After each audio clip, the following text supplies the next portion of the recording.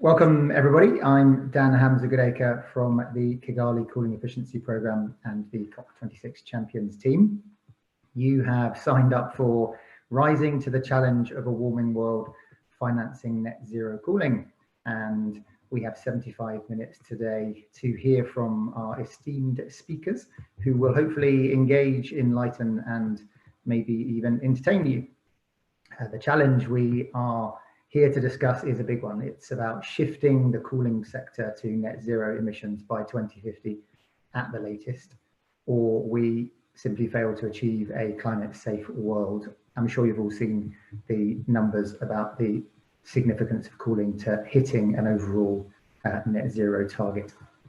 And today we're going to talk about money, talk about finance as we typically refer to it. Finance, both public and private, they're critical. We won't get to net zero, we won't achieve the pathway, and we won't ensure cooling for all, particularly leaving no one behind as the planet warms and we adapt. We won't achieve that without finance. So firstly, quick thanks. Thank you to E3G for organising this and for London Climate Action Week. Amazing to hear, Larissa, you've had 200 different events this week. Congratulations, it just seems to grow. Thank you also to UNEP and the Cool Coalition and K-CEP for the partnership. We've got three aims for the next 75 minutes. They're all pretty much about improving our understanding. Firstly, of mainstreaming cooling, looking at the question, how can we work across silos, internal and external, with stakeholders to achieve net zero cooling? And in particular, how can that mainstreaming happen within bank activities, development, finance institution activities? Secondly, our understanding of how we enhance the investment proposition for net zero cooling. Getting a bit more into the details, what are the investment barriers that multilateral development banks face and what's needed to unblock them? And how do multilateral development banks leverage private finance, which is the larger quantum of finance that will actually get us to net zero? And then thirdly, improving our understanding of how we embed net zero cooling in the green recovery. What are the opportunities that we're staring at right now to increase finance and technical assistance so we can help to rebuild better, as the phrase goes, ensuring that we're creating jobs and helping those countries that are most in trouble. So there are our aims. Before we dive in, a quick word from me about what to watch out for in the net zero cooling world. Firstly, we are soon to be launching the pathway to net zero cooling. That's from the COP26 Champions team. There'll be a webinar on that at the beginning of December. Keep a lookout in your inbox for an invitation.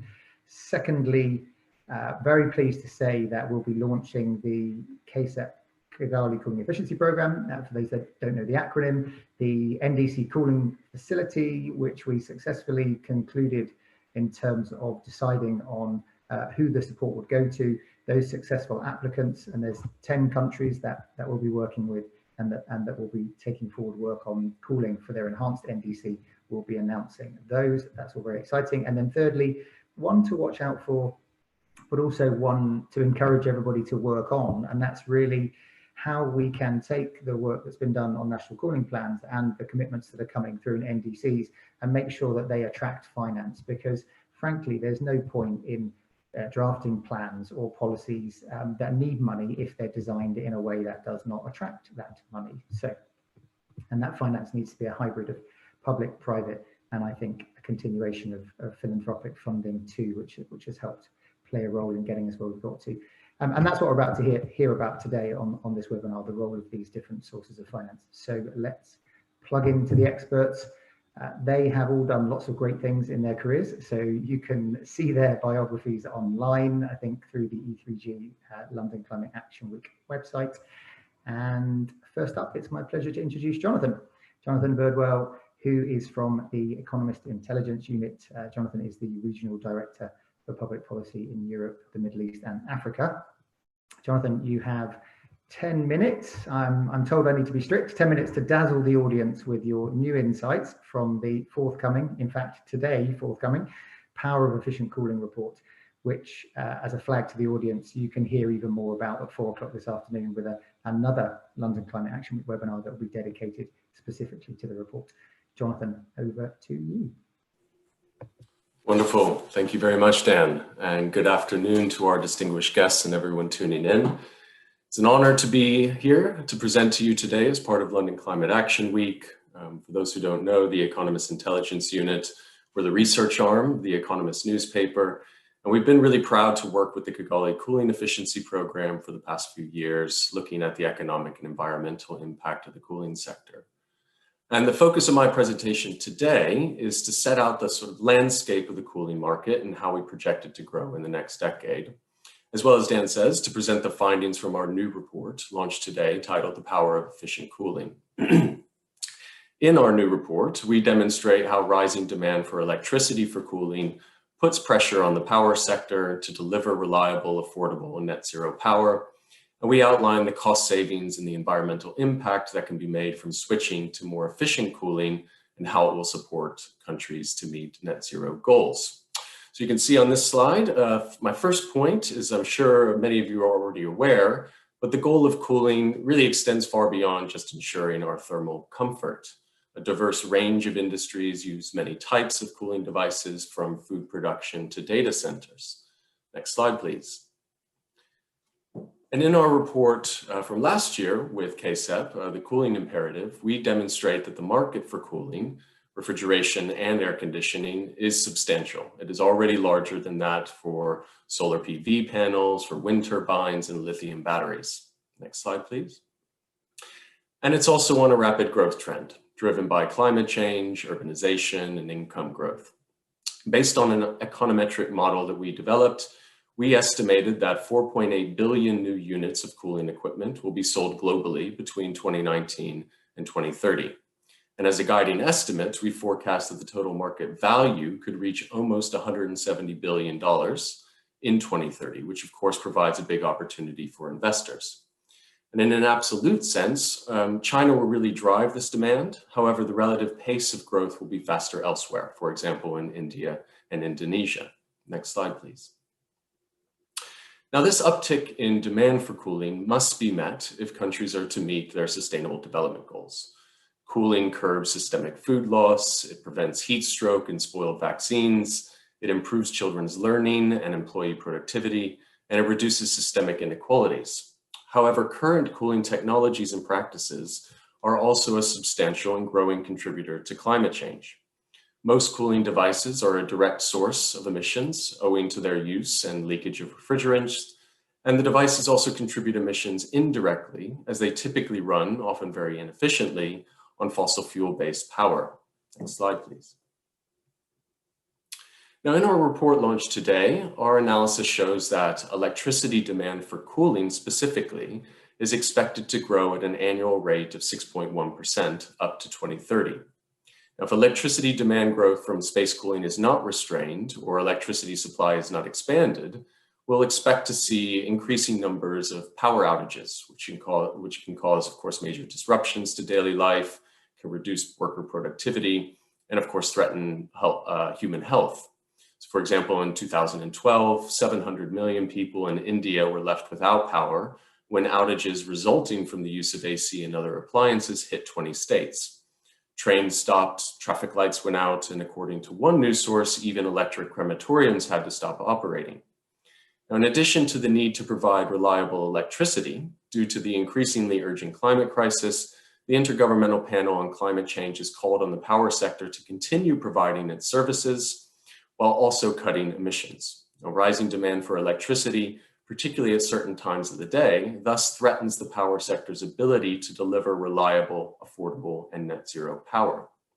Next slide, please. So to meet this increased demand, energy companies could, of course, consider building additional capacity in the form of new power plants, as well as transmission and distribution networks. But the cost of this, both economically and in terms of the environment, would be substantial.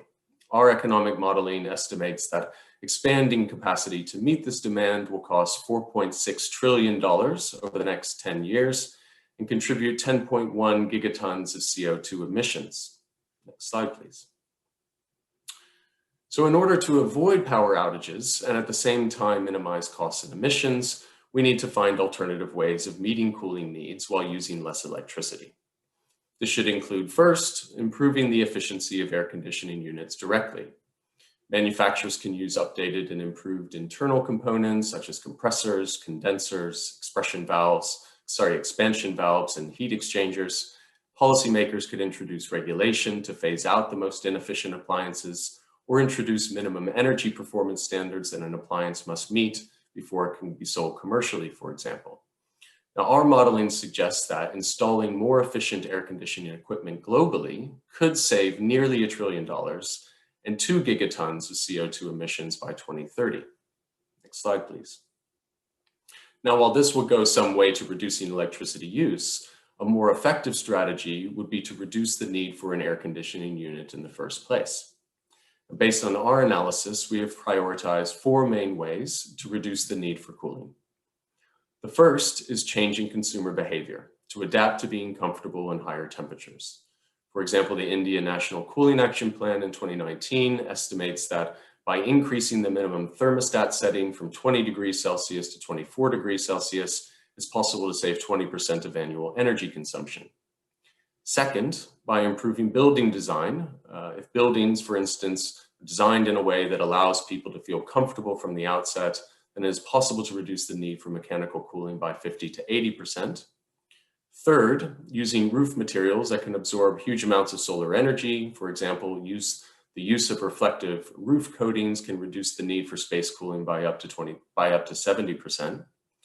And fourth, green spaces in urban planning, which reduce the urban heat island effect you get in cities. For example, investing 100 million USD a year in urban tree planting globally could reduce average temperatures by 1 degree Celsius on hot days, potentially providing relief for 77 million people. Now, overall, implementing these measures, our analysis suggests, could reduce the need for air conditioning units, could result in the savings of $3.5 trillion and 7.6 gigatons of carbon dioxide emissions out to 2030. Next slide, please.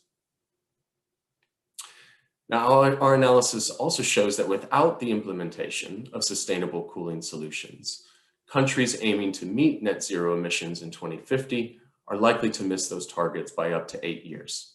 So efficient cooling can thus expedite the transition to net zero at a potentially lower cost. Next slide, please. Now, beyond the overall environmental benefits of efficient cooling, there are benefits for many other stakeholders. Consumers, of course, can save money on their energy bills. For policymakers, they can benefit politically from creating jobs and protecting people against electricity price hikes, as well as for power providers themselves, if the right incentives are in place. Power outages cost utilities money, of course. Efficient cooling minimizes the risks of outages while also reducing the costs of meeting energy demand. Plus, if regulation requires power providers to drive energy efficiency, then they can benefit from meeting these targets. Next slide, please. So what needs to happen next and who needs to take action? Well, policymakers, of course, have the biggest role to play in driving change for efficient cooling. Consumers, the power sector, MDBs, investors, NGOs, the media, philanthropic and academic organizations can all have a role to play in driving efficient cooling.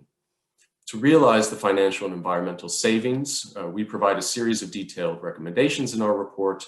In the interest of time, just to give some top-line recommendations, they are, first, efficient ACs need to be more accessible. The private sector, investors can invest in innovative technologies and programs that continue to find ways to improve efficiency. And multilateral development banks and international financial institutions can also provide technical and financial assistance to support investment in efficient equipment. Consumers also need to be educated on which AC units are most efficient and how that can save them money. Wider cooling measures, including, for example, green building codes, need to be leveraged as part of broader programs to create jobs and improve livelihoods. The power sector needs to be incentivized to focus on efficiency and not just expanding capacity.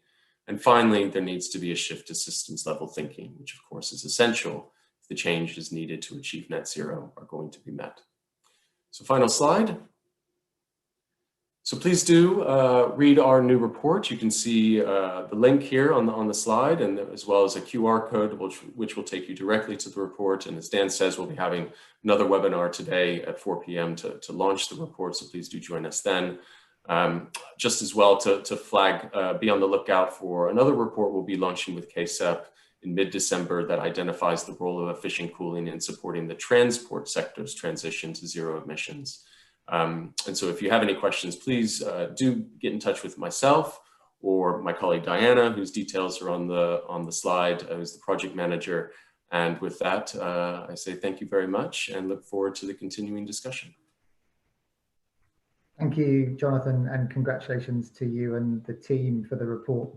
There's definitely some powerful calculations in there, and well done, perfectly on time for the webinar. So I'd also like to quickly say on behalf of K-CEP to thank Bloomberg Philanthropy for their support for the report, and just to reinforce that it's absolutely critical that we put a value on energy efficiency. It's very hard to find anybody who says, energy efficiencies, I don't care about that, argue against it, not important. You don't really find that, but we struggle often to put a value on energy efficiency, and if we don't do that, we don't easily find the mechanisms to release that value in competition with the supply side energy solutions, so that we can find those optimal, faster, cost-effective pathways to zero. So well done, great report. Right, now my pleasure again to introduce Delaney Orozco, Senior Policy Advisor at E3G. And Delaney, you also have 10 minutes to enlighten us, I hope, with your new report called Development Banks. Delaney, over to you.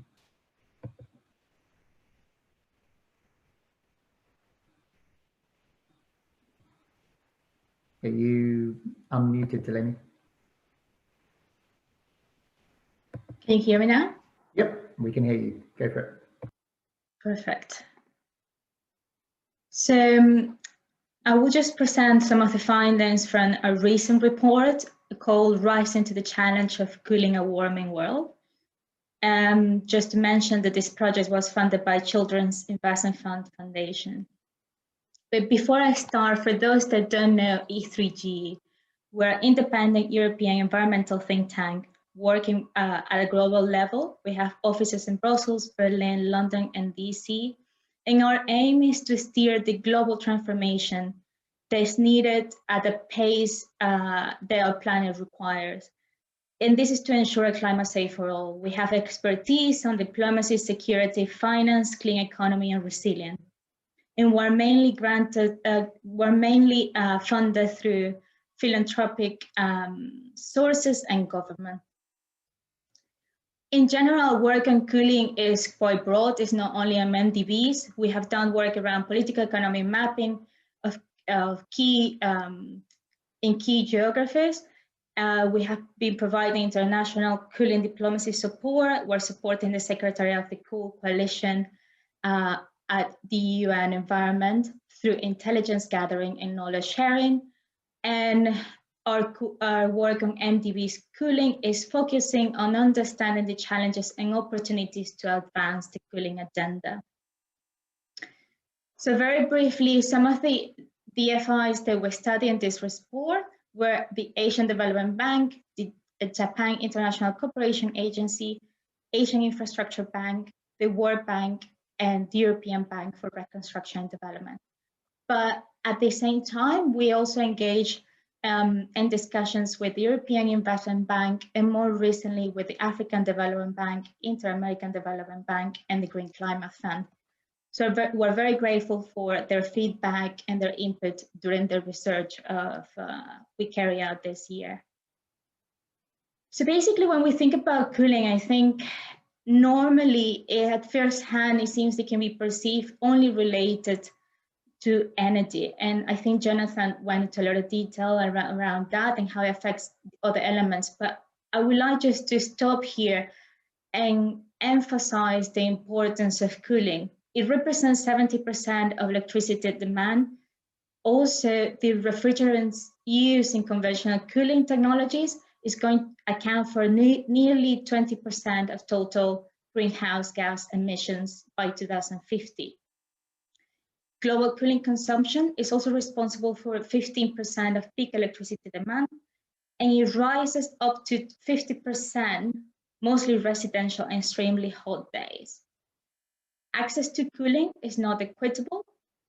35% of the world's population living in countries where the average daily temperature is above 25 degrees, only 10% own an AC unit.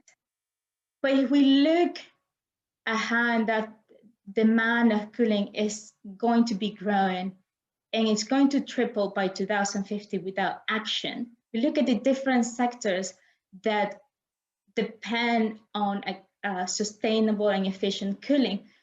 For example, in the case of the food supply chain, 25% of the food produced is lost because broken cold chains. At the same time, on the health sector, 90% of medical facilities lack access to modern cold chain equipment, whilst productivity declines up to 4% for each degree increase above 27 degrees. And all of this is going to be exacerbated by climate change as temperature increases. So why we're looking at why this matters to MDBs? Well, we know that the MDBs have an important role to play, not only as providers of financial assistance, but also providers of technical assistance, because they are one of the most important institutions when it comes to standard setters as well. So when we look at when we look in terms of country support for cooling action, we look at the shareholder on the MDBs, and we realize that actually above 50% of the shareholders of these institutions have already ratified the Kigali Amendment or have a national cooling action plan. So the demand for more cooling action is already there. And at the same time, when we look at how sustainable cooling relates to the different international agreements there right now, it provides an opportunity, and what we call a rare opportunity, to achieve a triple win, because sustainable cooling sits within the nexus between the Kigali Amendment, the Paris Agreement, and the SDGs goals. So going very briefly on our findings, some of the challenges we found was there is cooling still perceived as a niche area. It's still part of a subset of energy efficiency. It's still not considered a cross-cutting issue. So this could be partly explained for the lack of a strategic support from the MDB leadership in improving cooling. We have been seeing progress on the World Bank Group, which has an efficient clean cooling program, but at the same time, the data is not there. NDBs at the moment are not measuring or tracking cooling, and the environmental and social assessment may not picking up cooling as an issue or also an opportunity for investment. And in many cases, the ticket size projects is not sufficient for MDBs to invest. So it's very important to have the support of philanthropic money here as well. So whilst at the same time, from the demand side, member countries for MDB support of cooling projects seems to be limited. So I think this could be because there's a lack of awareness in certain countries of the impact the cooling could provide. And at the standard level, well, the lack of rigorous local standard for cooling means that integrating such standards into NDB's projects requires significant external assistance coordination with donor countries and other funders. So some of the recommendations from our paper to overcome these challenges, we look at them in 3 different levels. At the institutional level, we think that there are ways to reduce sectoral silos by potentially assigning a person or that could be dedicated to looking at this cross-cutting issue and trying to drive the agenda within the institution. Also mapping and quantifying their existing activities to be able to understand which sectors are mostly exposed to cooling and where the potential areas for improvement. At the same time, tapping into existing external resources such as the Cool Coalition, and potentially considering setting up a temporary joint MDB working group because we need to learn fast. And in terms of financial and technical assistance, we think that one of the opportunities here is to include cooling in country diagnostic and partnership guidelines. That's going to be important because that's going to help staff that are based at the country level to engage with different levels of government and officials. Provide training and support to financial intermediaries, work around project aggregation, and undertake demonstration projects. That's going to be very important in a jurisdiction where cooling is still a bit of a challenge.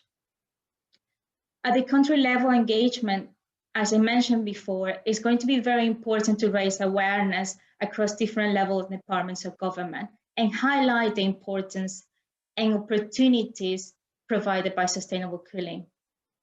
At the same time, supporting countries to embed long-term benefits into the short-term responses via the care, spending, and COVID-19 recovery packages. We shouldn't miss this big opportunity. Highlight the interaction between the cooling and wider efforts at national levels, such as the NDCs, but also the national development plans. So we've been talking about how to mainstream cooling, but what mainstreaming looks like. So we look at 3 different areas of the MDB's activity, and we are just simplifying it. But the country engagement policy development, I think the overarching narrative is going to be very important, ensuring that integrating cooling into the NDC plans, but also understanding how cooling fits within national development plans is going to be really important. At the same time, raising awareness that minimum energy performance standards are going to be important to give the right signal to the markets. When we look at the direct financing and sectoral plans, well, this is self-explanatory. I won't go into a lot of detail, but here is make sure that when the sectoral strategies are going to be reviewed, cooling, it's important that cooling is emphasized and gets a more dominant role here, because it crosses, as I said before, it crosses across different areas, such as agriculture, energy access, but also mobility and nature-based solutions. And when it comes to financial market and indirect financing, well, all these instruments we're mentioning here, they have been proved and tested.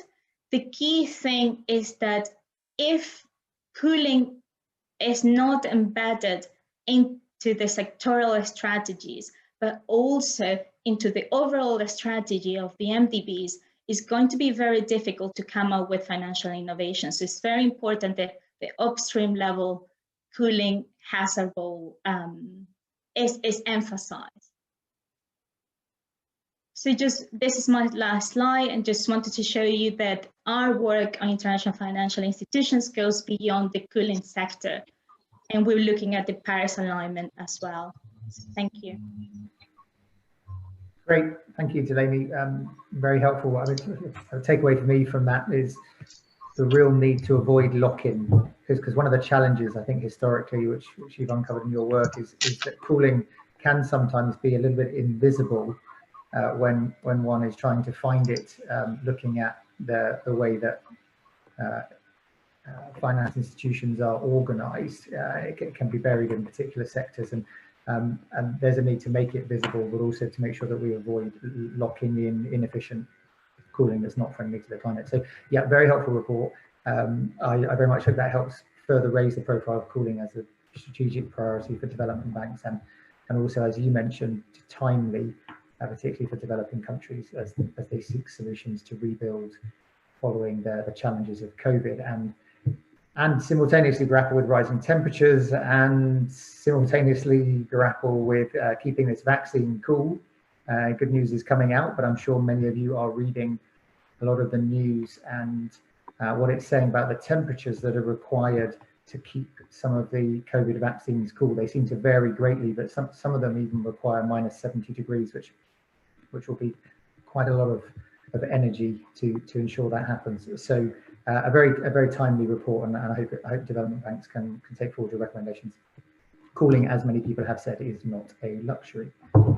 Okay, my final task is to introduce somebody who has dedicated a very large part of her career to tackling climate change, especially in recent years with a focus on securing a future in which children can thrive. So it's a pleasure to introduce Sonia Medina, Executive Director of the Children's Investment Fund Foundation. Welcome, Sonia. I hand the baton to you to take us through the panel.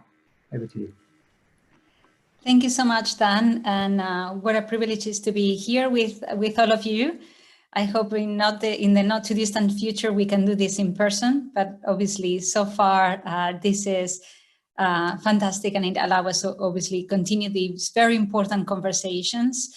Thank you to Jonathan and Delaney for those very insightful presentations that set us in a very good place for a great conversation with a very illustrious panel today.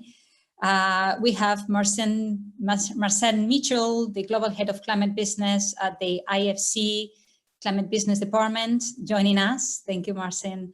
Gareth Phillips, Manager for the Climate and Environment Finance at the African Development Bank, and Matthew Jordan-Tank, Director of Sustainable Infrastructure Policy and Project Preparation at the European Bank of Reconstruction and Development at the EBRD.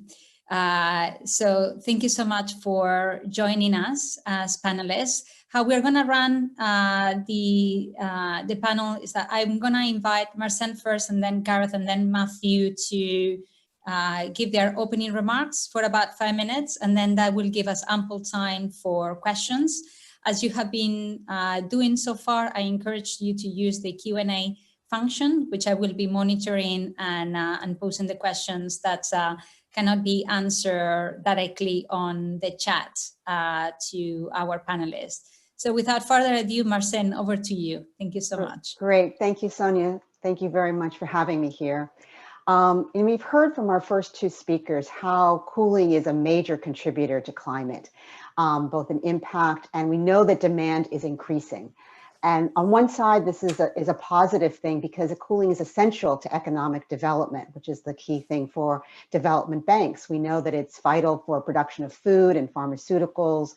Dan just pointed out with the vaccine how important it is to have a cold chain there, and also to reduce food waste. We need the cold, and most importantly, in a warming world for people, and particularly the most vulnerable, the elderly, children, and the sick, as we're having increasing heat waves, we need cooling. On the other hand, if we continue as business as usual with cooling, we're going to have increasing impacts on climate. So we need to find a way to be able to meet this growing demand, but in a way that does not increase our climate impacts. And the World Bank Group really conducted deep dives across public and private sectors and established a group-wide approach and a global roadmap for sustainable cooling by 2030. And I won't go into the details of that roadmap, but I would just like to focus on two areas for IFC in which fit into this roadmap. And they're focusing on, first, supporting and accelerating innovation in cooling technologies, and secondly, reducing the need for cooling through better building design. And in this context, I'd just like to take a minute to thank the UK government through their generous contributions for both of these programs, through their Department of Business, Energy and Industrial Strategy, that's BASE. And they've enabled us to do huge progress in this area. So thank you to the UK government. So the two areas, first is Tech Emerge. And the idea behind Tech Emerge is to support and accelerate innovation in cooling technologies. The way Tech Emerge does that is that they work with companies in emerging markets who are providing cooling and identify their greatest needs and their challenges. And then they match them with innovators, companies that are providing innovation in technology for cooling in order to try to reduce the cooling needs and the efficiency of the technologies. So Tech Emerge is creating pilots on the ground aimed at scaling and commercializing this affordable technology, and with support of about $1.5 million in grant funding for support and access to these technologies. And if you'd like to see more how these innovative programs work, I'd like to invite you all to join us at the Tech Emerge Cooling Cities Innovation Summit. It kicks off on November 30th and it's virtual. It'll run for about 2 weeks, and it'll bring together over 75 innovators from 20 countries and 50 leading companies from key sectors. So please check that out beginning in November 30th.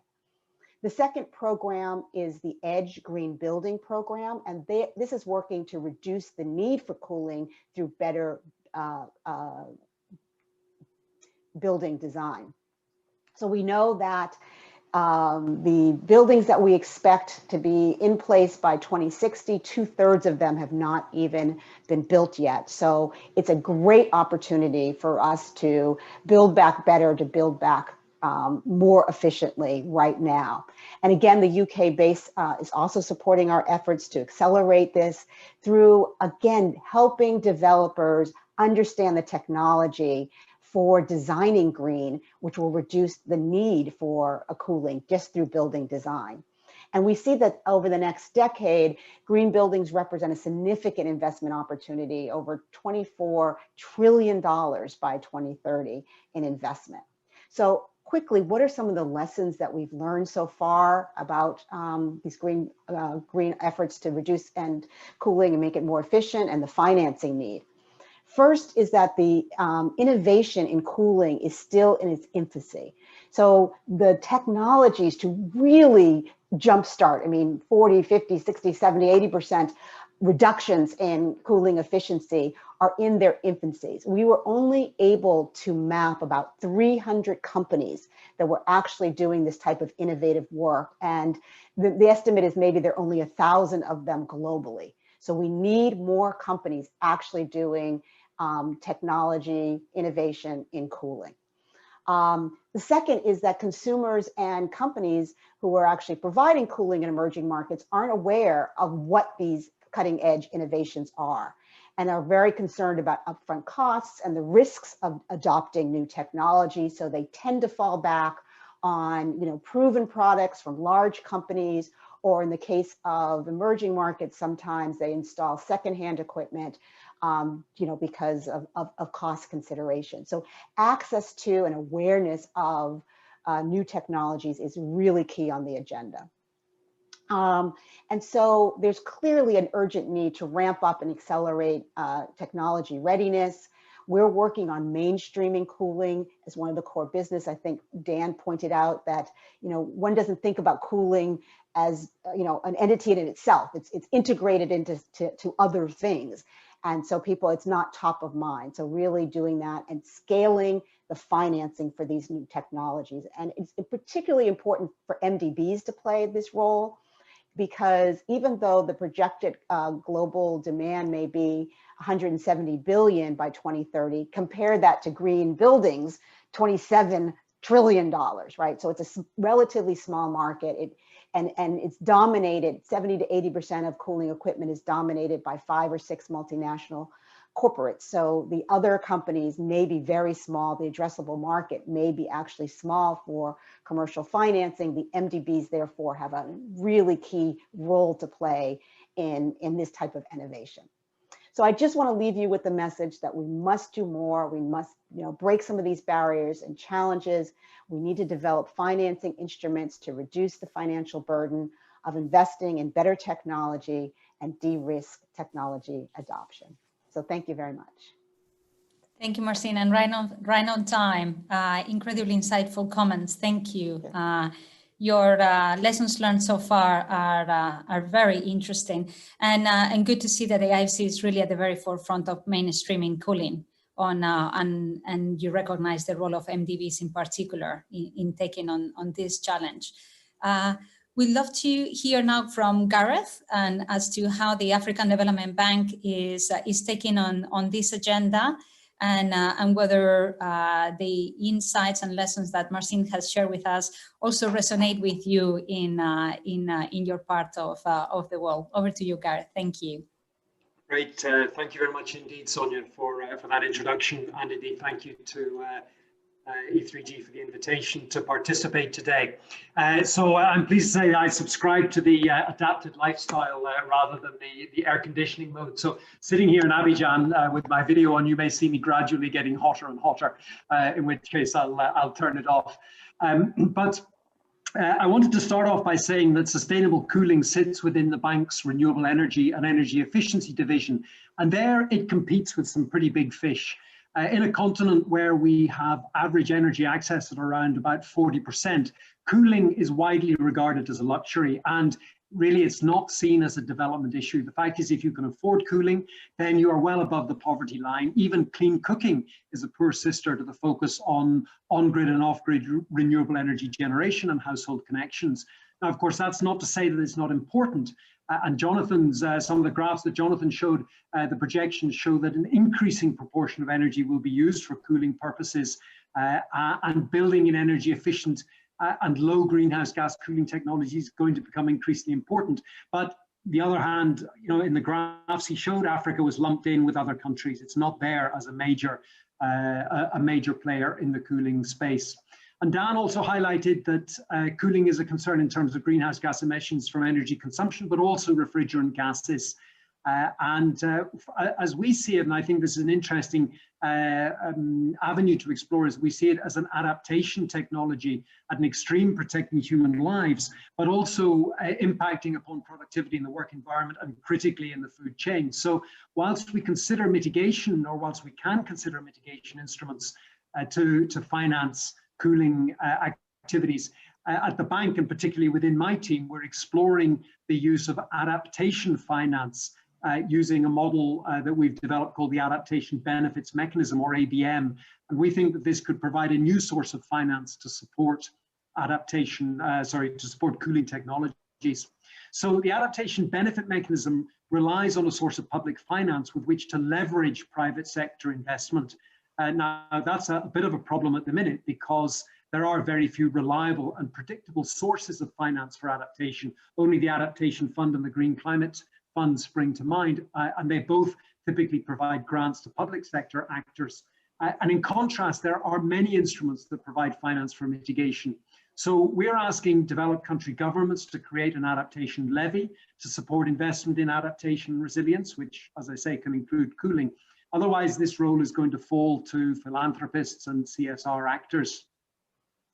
So the Adaptation Benefit Mechanism is a pioneering and innovative business model which will use public sector funds to make it attractive to private sector adaptation project developers to invest in adaptation projects. So very briefly, you can think about the Adaptation Benefit Mechanism as doing a similar service for adaptation as the CDM did for mitigation, but without the trading and speculation component. And I don't have time to go into that, but actually when you take away those elements, it makes a huge difference to the way in which the private sector would engage with the instrument.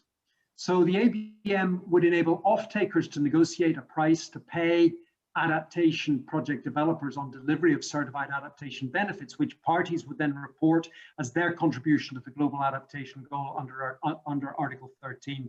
And the offtake agreement can be used by project developers as collateral for raising debt and equity for adaptation projects. We're piloting projects now and raising funds for an African Adaptation Benefit Fund to sign offtake agreements, rather like the World Bank's prototype Carbon Fund did in the early 2000s. And we hope to announce significant progress on that at COP26. Now, to give you an example of a methodology which is currently under development and to see how this might work, we have a community of agricultural producers who are finding that traditional means of storing seed and produce are failing because the climate is warming. What's happening is they're storing their seeds in traditional wooden sheds, but in fact the temperature is becoming warmer inside the sheds than outside, and the seeds are rotting. So their livelihood is under threat, and in fact their way of life and their community is under threat. So the obvious solution is that they need to store their materials in a cold store of some form, but they can't afford the upfront investment in that because of course the interest rates are extremely high in most African economies. So it's not straightforward just going to, to borrow some money from the bank or take out a mortgage and, and invest in that. Those things are prohibitive. So with the commitment of funding via this bankable offtake agreement, that would pay them a negotiated price on the verification and issuance of their project-specific certified adaptation benefits, they can raise the debt and equity that they need to build the project. And in that way, we would see that a contribution of public funding will crowd in private sector investment to deliver an adaptation outcome that will help sustain the livelihoods of this farming community. And of course, we can ensure that the technologies applied are aligned with the Paris Agreement. So that means that they would be low carbon and climate resilient, or indeed zero carbon. And I think just finally to relate to Delemi's point on mainstreaming, where she called for MDBs to mainstream cooling into their activities. As I say, that's something of a challenge in Africa, where cooling is considered to be a luxury. But I think what's interesting about this mechanism is that it bypasses the need for MDB involvement, and it empowers private sector project developers to sign offtake agreements with donors and with funds in the same way as we saw happening under the Clean Development Mechanism. And that can actually really stimulate investment into an instrument that isn't going to be bottlenecked by funds like the Green Climate Fund and our own sort of approval projects within the African Development Bank. So I think let me stop there and hand back to you, Sonia. I'm happy to take any further questions or comments. Thank you very much. Thank you, Gareth. And I see a couple of questions already in the Q&A chat box that are coming your way. But I'd like to invite Matthew first to give us his opening remarks, and then we'll open for the Q&A session. What's happening in the EBRD? Is the mainstreaming of cooling more or less of a challenge on your part of the world? Okay, great. Thank you, everyone. Thank you, Sonia. Thank you to E3P for allowing EBRD to be part of this great event for London Climate Action Week. So at EBRD, we have a long history in the district energy space. We have over 700 million euros invested across 18 different countries. You know, we do a lot of work individually on a project basis, providing policy support as well to our clients. And a lot of that traditionally has focused around consumption-based billing to improve efficiencies of the way people use heat and cooling. I think in terms of geographic focus, it won't surprise any of you that really district heating has been the main focus for EBRD, given our geography. However, we are working more and more in the district cooling space, and I'd like to highlight, you know, a project that we completed in 2017 in Jordan, in central Amman, in the capital city of Jordan. We made a loan to the Jordanian District Energy Company, which was a PPP. A part private, part public entity that invested about 40 million euros in a new network to build out essentially a much more efficient district cooling system. It was based on a natural refrigerant, on ammonia, with actually potential for zero global warming in terms of and ozone depletion potential. So there was a 40% reduction in energy consumption as a result of this project, reduced emissions by 15,000 tons per year, overall reduced costs for users, which is of course very important as well, and it minimized water consumption. So that was a project that we're really proud of. We'd like to do many more of those.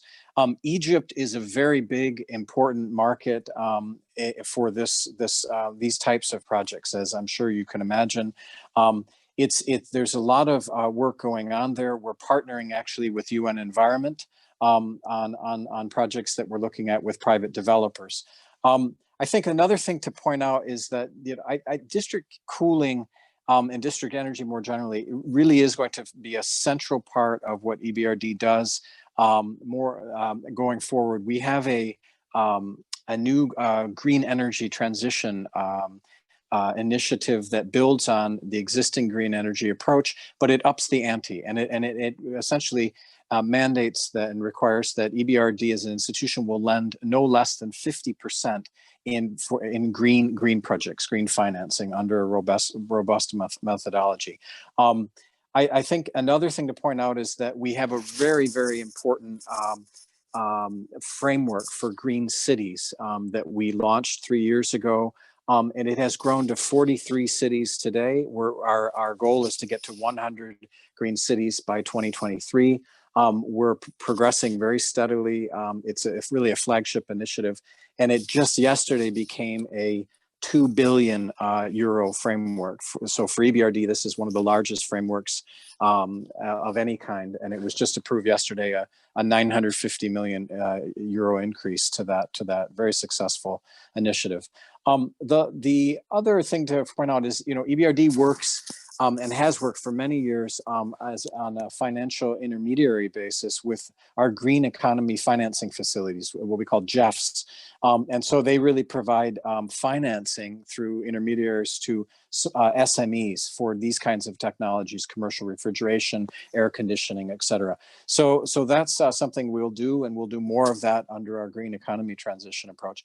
And finally, let me just close out by saying we're very, very pleased today to announce, and you'll see if you're in your Twitter feeds and it's all getting pushed out on social media, that EBRD has just today joined the Cool Coalition with the UN Environment. So we're really happy to join all of you who are already part of that. And again, very pleased to be part of this discussion. Thank you. Matthew, congratulations and welcome to the Cool Coalition. And what a wonderful announcement as well of that increase of $950 million to a 2 billion euro framework on green cities. That's fantastic news. So really congratulations there. We have a question that I'd like to bring into the three panelists. There are some questions that are specific to some of you, but I think this is relevant. The Economist Intelligence Unit earlier on their report obviously highlighted the role of city planning and better building designs and urban development as a critical piece of cooling strategies for national governments. And obviously, we know that there is a huge role to play here. Could I ask you, in the frameworks that you have described, and Matthew, particular on the green cities, but also on the innovator front that Marcin has mentioned, and Gareth in the adaptation fund that you are putting together, what is the role of urban design and in it, and how do you see that playing out, if at all? Marcin first, maybe, and Gareth, and then Matthew, in that order. Marcin, you are on mute. My apologies. We have both the Green Cities program, and then I also talked about our Edge Green Buildings program. And we find that just through design on the building side, you can do a lot to reduce the need for both cooling and heating. And so using shading, using window to wall ratios, using green techniques on the roofs, things of that sort can really make a big difference. So, the first start is trying to, reduce your needs through passive measures before you even have to get into the air conditioning and that type of thing. We can really use that, and particularly in some of these climates. And it's important that we don't equate necessarily, that we're very geographic and climatically specific. So some of the things that you would use in a cool climate are not as applicable in a hotter climate, or certainly not as cost effective. So it's very, very important that we get into the weeds on that in order to make the most cost effective technology choices. Gary? Thank you very much. I fully agree, and I think the the role of building standards and so on is critically important to improve that. I mean, I'm sad to say, but almost all of the buildings that we see going up in Africa are way behind in terms of their design for cooling. Most buildings, residential buildings, are just single brick, and like my apartment, where my bedroom wall acts as a large radiator through the night. So I think there's tremendous potential to improve the quality of building and to roll out standards. but they will be difficult to enforce in most African scenarios. We have recently launched a new fund at the African Development Bank called the Urban Municipal Development Fund. It's a multi-donor trust fund that we manage internally. It's still quite a small fund, I think, with about $5 million, but those resources are now being used to prepare sustainable urban design documentation and guidance for a number of cities. And I hope that these kinds of initiatives will be taken on board as they work with cities to develop those plans. Thank you. So Gareth, I just want to jump in and say that we are, we're working with the government of Kenya on affordable housing, okay, where people are very concerned that that would be you couldn't do a green building cost effectively. And they have said that they are going to use all of their affordable housing to be green, using some of this passive design. So I agree that there's so much more that can be done in Africa, but you can see even at the areas of affordable housing where it really makes a difference, where your people are the most vulnerable, you can make these passive design elements that will not cost a lot and that will really make a difference in terms of lifestyle and comfort level. So yes. Good news there in yes. Africa. Yeah, no, that's very good. And just to finish that up, I mean, we could put an instrument like that through the adaptation benefit mechanism if there was a donor that was willing to pay on a results-based payment basis for the construction of those houses and link that to reduced mortgage costs or concessional rates on mortgages. So, you know, I think there's lots of potential to do interesting things. See, innovation in the making right here, Sonia. Excellent. No, I love it. I love it. Result-based payment to reduce loans. Well, there is some philanthropists listening. So in addition to multilateral development banks, so yeah. Blended finance on the go, perhaps. Matthew, over to you. Sure. Yeah, thank you. Well, that's excellent from my colleagues at my IFI colleagues. And I'd just like to say, I think what this points to, of course, I agree with all of those. It's a great question. There's so much work to be done just on the building standards side. We have a program in Turkey that we completed to help the building standards in Turkey improve, because they're going to face, because of climate change effects, you know, a much larger percentage of their population is going to be exposed to, you know, over 25 degrees, you know, average temperatures, and et cetera, et cetera. So it's critical for many of our countries. Now, what I would say, the only thing I would add is that I think, you know, across the MDB landscape, some of us, you know, have more ability to sort of, you know, do certain pieces of the policy and reform puzzle, and others of us are set up to do some of the more risk-taking financing that will be required. And when I think about this area, there's a big role for the private sector to come in, especially when you think about retrofitting, well, new build, but also retrofitting buildings. And you put it together when you're redoing a building, making it much more energy efficient. You also try to decarbonize, you know, things like rooftop solar, and then that can help with cooling and heating, and heat pumps, et cetera, insulation. I think, you know, we as MDBs, we can work much more as a system to try to coordinate what each one does and sort of bring the full package to our clients. I think that would be my appeal in all areas of what we do, but particularly in this area right now of cooling and district energy, I think it would be very helpful. Thank you. Absolutely. I mean, and I think obviously buildings is critical. Urban planning is also really important when we are designing 15-minute cities, and in the way of reducing the need for people to take on their cars and move around. That's also reduced the heat island effect. So it's I think we are concentrating on buildings in terms of innovation, which obviously has tremendous potential, but how a city is laid out and planned, it's an obvious area of innovation that perhaps should be explored.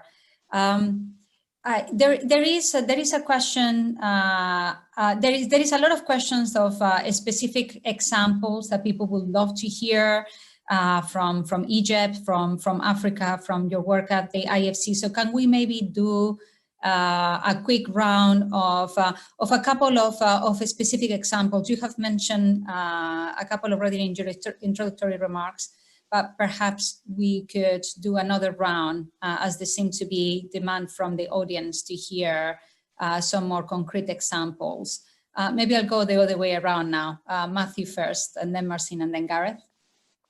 In addition to Jordan, Matthew, would you like to share another example, perhaps in Egypt? Sure. Actually, I was thinking while you were mentioning, I'd like to talk about Tirana, Albania. Okay. Tirana, Albania, is one of the 43 green cities that works with EBRD. There's a very strong leadership, is the first to say. The second is that there's a feature of EBRD Green Cities is what we call a Green City Action Plan, and so really what it is it's a very involved planning process with a wide number of stakeholders. And so what we do is we sit down with all the stakeholders in a group in a city and work through and distill out what are their priority investments that they would like their municipality to make in the short term, medium, and long term. And what we're finding is, in fact, issues like cooling, like heating, district energy, people want to sort of combine that with an improvement to their life quality, and it's just such a it resonates so much with them. So Albania is looking at things like on the urban planning front, adapting mixed use buildings, more local. Ability to have more local and low carbon, zero carbon mobility. So a lot more cycling and walking. The whole package is really around this sort of long-term sustainable approach, and it takes the leadership, and it's an example of where they've got both heating and cooling needs in Albania, and I think in Tirana, and it's a great example, but it's backed by this strong leadership, which I think is key at the local level. Fascinating. Thank you so much for sharing. Marcin? Yeah, so I just want to take a second to talk a little bit more about our Tech Emerge program, because I didn't get a chance to go into any detail on that. And it's really, it's focusing on innovation, and I can't emphasize enough how important in this cooling area innovation is. I mean, in some places like renewable energy, we have so many solutions already there, but in cooling, I really think that we need to, we need some leaps and bounds in terms of dramatic reductions in efficiency. So right now, the current technologies, I mean, they get us down, 10%, 20%, but to really make the huge leaps, we need some innovation. And so what Tech Emerge does is it kind of identifies what those gaps are and does a needs assessment in terms of for the companies. And then it goes out and it identifies those who are, innovating in these areas. And as I said, again, for those who are working in this area, we would love to hear who you are seeing in terms of innovators, because in our mapping, we found only 300 innovators. And we know that we need many more companies than that. So any help that we can get in terms of identifying companies that are innovating in this area. And then, as I said, the third step is this kind of matching, where we are taking the business needs and matching it with the innovator technology providers. And that really helps, again, take some of the risk out of the technology adoption, because one of the barriers for the private sector is the risk of technology adoption, right? And so again, as a MDB, we can help with that, reducing that risk so that people can feel comfortable in taking the technology adoption. And then finally, it's scaling it up. We're doing these pilot testing, but we need to go beyond that with finance and really find commercial ground to make progress on that. So I think I just wanted to take a second to talk a little bit about Tech Emerge, because and again, we've got this conference coming up starting November 30th, which I please invite everyone to join us in, and let's really try to make the technology a focal point of scaling up cooling. Absolutely. We should all mark our calendars, and I'm sure the organizers will be distributing the information on the conference for those that want to join, which I'm sure will be many. Thank you so much. Gareth, perhaps a couple of additional examples of investments in sustainable cooling on your portfolio that you could share? Yes, well, not quite additional examples of investments, but an experience that we've had in looking at ways of financing these investments. And again, we had looked at the use of ITMOs, these internationally transferable mitigation outcomes under Article 6 of the Paris Agreement, somewhat like the instruments that we had with the Clean Development Mechanism. But one of the challenges that we've seen around that is the complexity around monitoring, reporting and verification of emission reductions that would come from such activities.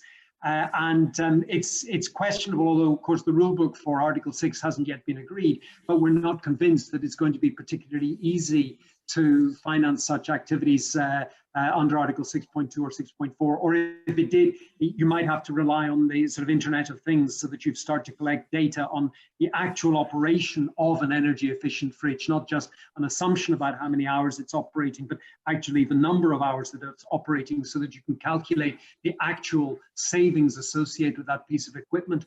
So that was also one of the sort of motivating factors to consider the sort of cooling technology as an adaptation approach, because measuring the outputs and outcomes of the adaptation aspects of cooling were much easier than measuring the mitigation outcomes. And that's why we went down the route of exploring financing of cooling as an adaptation action rather than as a mitigation action.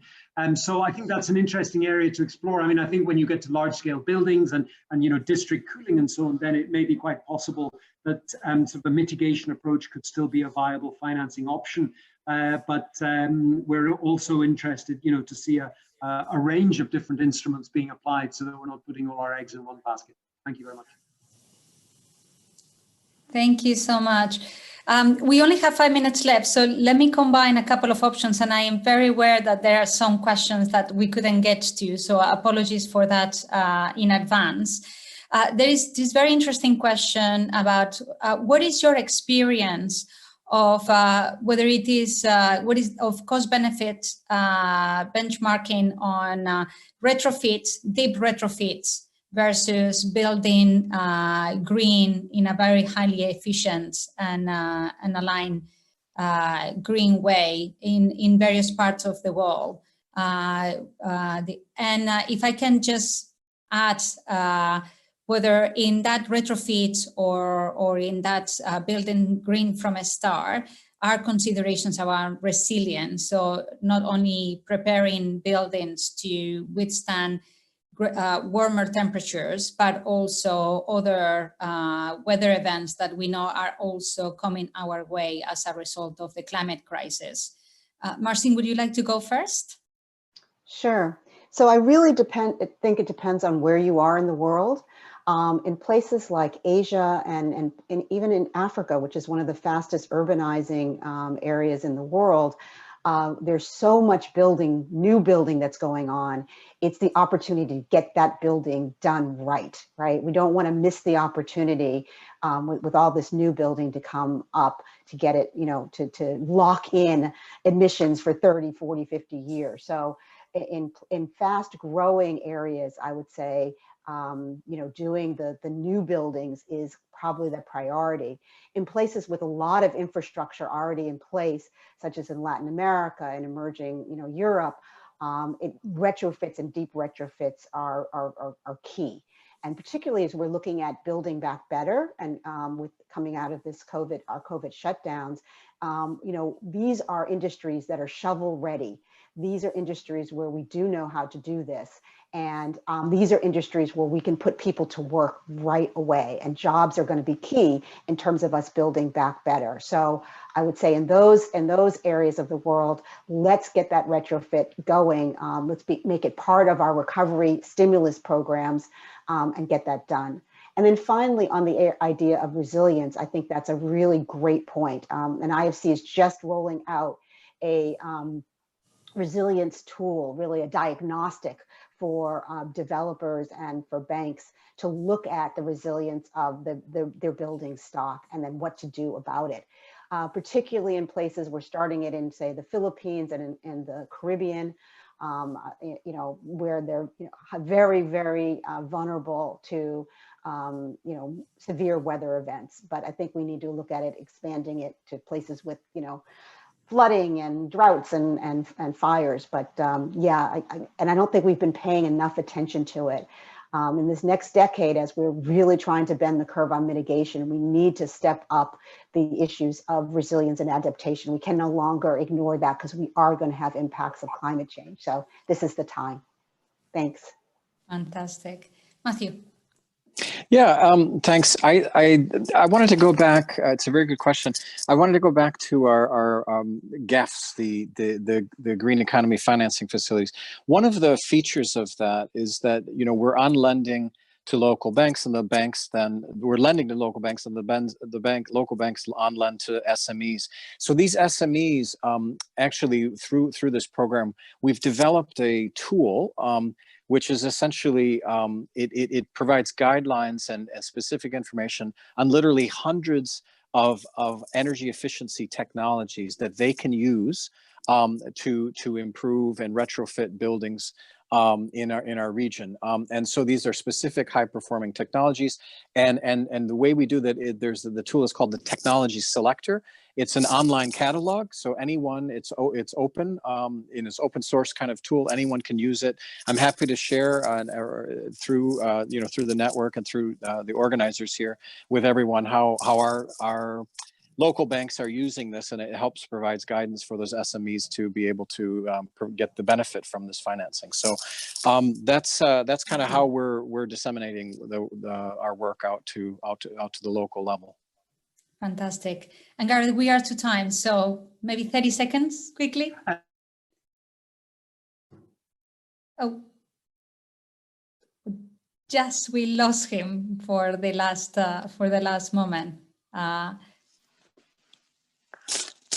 Oh, okay, no problem. Well, thank you so much for that tremendous panel, absolute tour de force. Mainstreaming cooling is definitely possible. The technologies. Yes, indeed, very briefly. Oh, here we are. Gareth, go ahead. Sorry, you froze for a bit.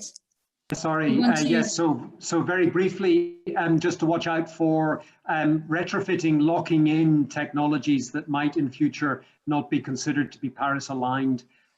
So I think that's the only point that I would make. Thank you very much. Thank you, Gareth. Wonderful. Well, I'll pass it back to Dan to introduce Claudia Canevari as our panelist as our keynote speaker for our closing remarks. It's been an absolute pleasure. And as you have seen, cooling is definitely on the rise, really important everywhere in the world. And mainstreaming is absolutely necessary, possible.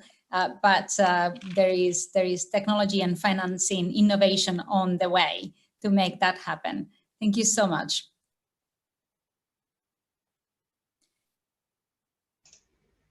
Claudio, perhaps I can introduce you directly since Dan is not back. Claudia is the head of units on energy efficiency policy and finance at the Director General in Energy in the European Commission. And it's an absolute pleasure to introduce you today to close the session today. Over to you. Thank you. Thank you very much, Sonia, and good afternoon to everyone.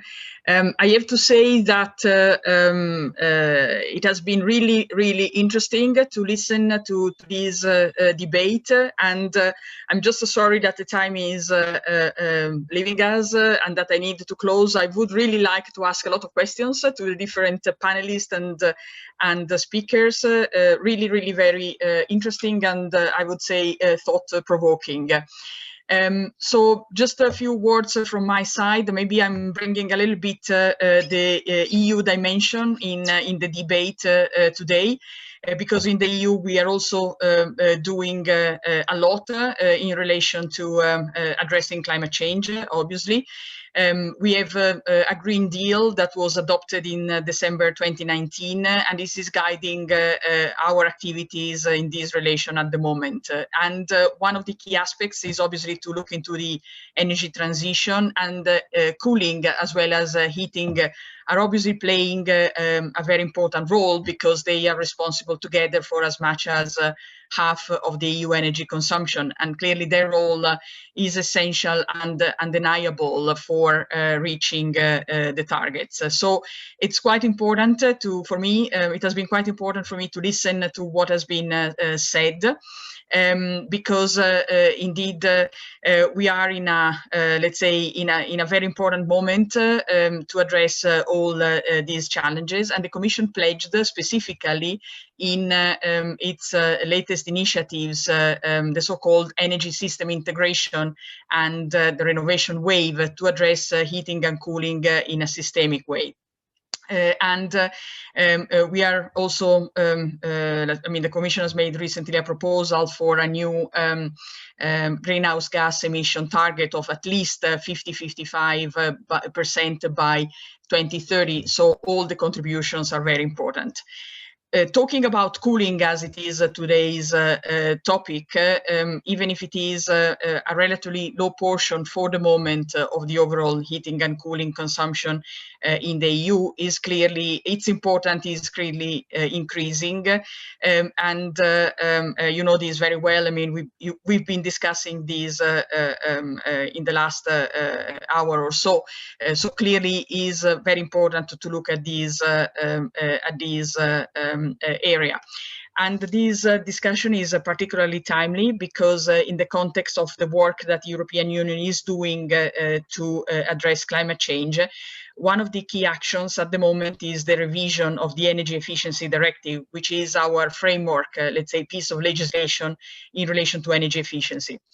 And I would like to mention to all of you that the Commission launched yesterday the open public consultation on how the Energy Efficiency Directive should be revised.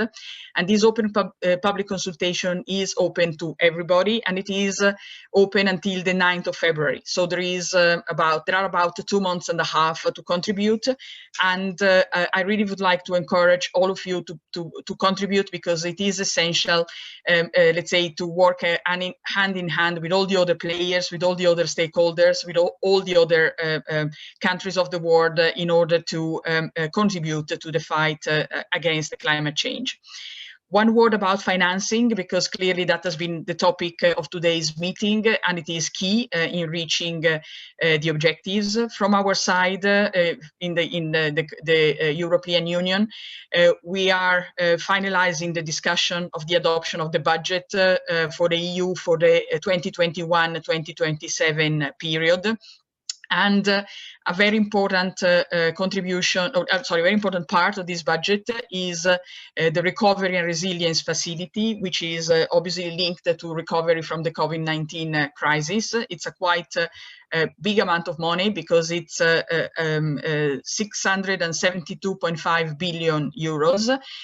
So as soon as the budget is adopted, this will be an important contribution to climate change, because 30% of the financing has to be directed to green investments. So clearly, cooling as well as heating will play a very important role.